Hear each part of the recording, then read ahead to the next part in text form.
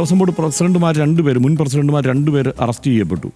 മൊഴികളുടെ അടിസ്ഥാനത്തിൽ അറസ്റ്റ് ചെയ്യപ്പെട്ടതാണെന്നാണ് നമ്മൾ വിശ്വസിക്കുന്നത്. അതിനപ്പുറത്തുള്ള തെളിവുകൾ എന്താണ് എന്നുള്ളത് തീർച്ചയായും തുടർന്ന് പൊതുസമൂഹത്തെ ബോധ്യപ്പെടുത്തേണ്ട ഉത്തരവാദിത്വം അന്വേഷണ സംഘത്തിനും കോടതിക്കുമുണ്ട്. അതിലേക്ക് അവർ പോകുമോ എന്നുള്ളത് നമുക്ക് അറിയേണ്ടതുണ്ട്. അതല്ല ഈ രണ്ടുപേരുടെയും അറസ്റ്റ് എന്നതിന് പിന്നിൽ അവർ ഈ മോഷണത്തിൽ പങ്കാളികളായിട്ടുണ്ടോ, ഗൂഢാലോചനയിൽ പങ്കാളികളായിട്ടുണ്ടോ, ആ സ്വത്ത് ഇവരുടെ കൈവശം ഇപ്പോഴുണ്ടോ?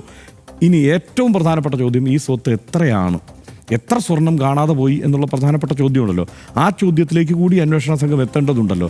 അതെപ്പോഴെത്തും? ഇതെല്ലാം നമ്മളിങ്ങനെ കാത്തിരിക്കുകയാണ്. പിന്നെ ഇതിൻ്റെ ഉത്തരവാദിത്വത്തിൽ നിന്ന് രാഷ്ട്രീയ നേതൃത്വത്തിന് ഒഴിയാൻ കഴിയുമോ എന്ന് ചോദിച്ചാൽ പറ്റില്ല.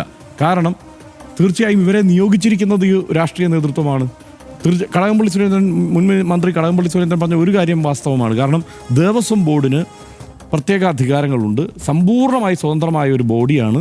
ഈ പശ്ചാത്തല സൗകര്യം ഒരുക്കുന്ന കാര്യത്തിൽ മാത്രമാണ് സത്യത്തിൽ ദേവസ്വം മന്ത്രി ഇടപെടുക. ബാക്കി ഈ നടത്തിപ്പുമായി ബന്ധപ്പെട്ട കാര്യങ്ങൾ സമ്പൂർണ്ണമായി ദേവസ്വം ബോർഡിൻ്റെ അധികാര പരിധിയിൽ വരുന്നതാണ്. ഒരു ഫയൽ പോലും ഈ ഇദ്ദേഹത്തിൻ്റെ ഭരണകാലയളവിൽ ഞാൻ കണ്ടിട്ടില്ല എന്ന് അദ്ദേഹം പറയുന്നതിൽ പല കാരണങ്ങളുണ്ട്. നമുക്കറിയാമല്ലോ, CPIM-ലെ വിഭാഗീയത അടക്കം അതിനകത്ത് ഉൾച്ചേർന്നിട്ടുണ്ട്, അല്ലെങ്കിൽ മൂപ്പിളമ തർക്കമടക്കം അതിൽ ഉൾച്ചേർന്നിട്ടുണ്ട്. ഇതെല്ലാം പൊതുവെ അറിയാവുന്ന കാര്യമാണ്. ഇതെല്ലാം നമുക്ക് വരുന്ന ദിവസങ്ങളിൽ നമുക്ക് കാണാം.